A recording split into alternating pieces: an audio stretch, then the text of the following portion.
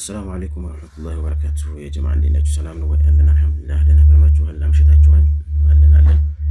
እሺ ዛሬ የመጣሁት የምላችሁ መሰላችሁ በዚህ በጦርነቱ ዙሪያ በኢራንና በእስራኤል በአሜሪካ በመላው አረብ እየተከሰተ ያለው ጦርነት በምን ምክንያት ነው ብለን ሁልጊዜ ጥያቄ ያጥርብናል ማለት ነው።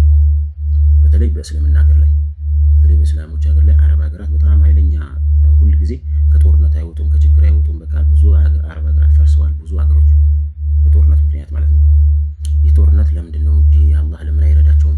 ሙስሊሞች በተለይ አሁን እኔ በራሴ ምን ብያለሁ ማታ አያቶላህ ኻሜኒ ተገደሉ ሲባል አላህ እንዴት እንደው እነዚህ አይሁዶች እንዴት ለካፊሮች ወይም ለነዚህ እንዴት አላህ እንዴት ማገዘ ማለት ነው ብዬ ራሱ እንዴት እነዚህ ያለ እንትን ይላል ብዬ ለምን ነው እንደው ሰላማዊ ሰዎች አረቦች ሲጨፈጨፉ በተለይ የነብያት ሀገራት የሆኑ ሀገሮች እንዴት ነው እንደዚህ አላህ ዝም የሚለው ዝም ብሎ የሚያየው በምን ምክንያት ነው ብዬ ብዙ ጊዜ ጥያቄ ያደርብኛል ማለት ነው።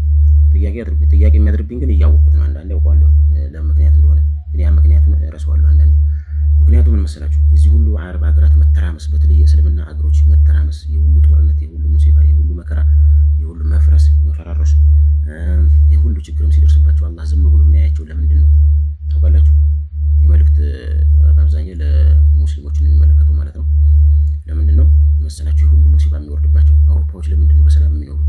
በአብዛኛው አረብ ሀገራት ኤዥያዎች በተለይ ሻም አብዛኛው የነብያቶች ሀገራት እነ ኢራቅ እነ ሱሪያ እንደዚህ አብዛኛው የእስልምና ሀገሮች እነ ፍልስጤም የሁሉ እርጅብኝ የሚወርድባቸው ለምንድን ነው ብላችሁ ታስቡ። ወደ ኪታብ መለስ ካላችሁ ኪታብም ሆነ ቁርአን መልስ ይሰጣል ለነዚህ እና ያኔ ላካፍላችሁ ነው ዛሬ የመጣሁት ማለት ነው።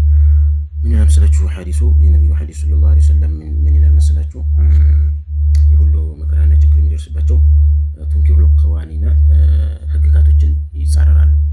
ህግጋቶችን ተጻረዋል አረቦች ማለት ነው። በፊት ከሚጓዙበት ህግጋት ስለ ተቃራኒ ስለሆኑ ነው። ቱንኪሩል ቀዋኒ ህግጋቶችን ተጻረሩ። ወብዕየተ የተጫነባቸው ህግጋት አለ። ያንን ህግጋት መቃረን አለባቸው ነበረ።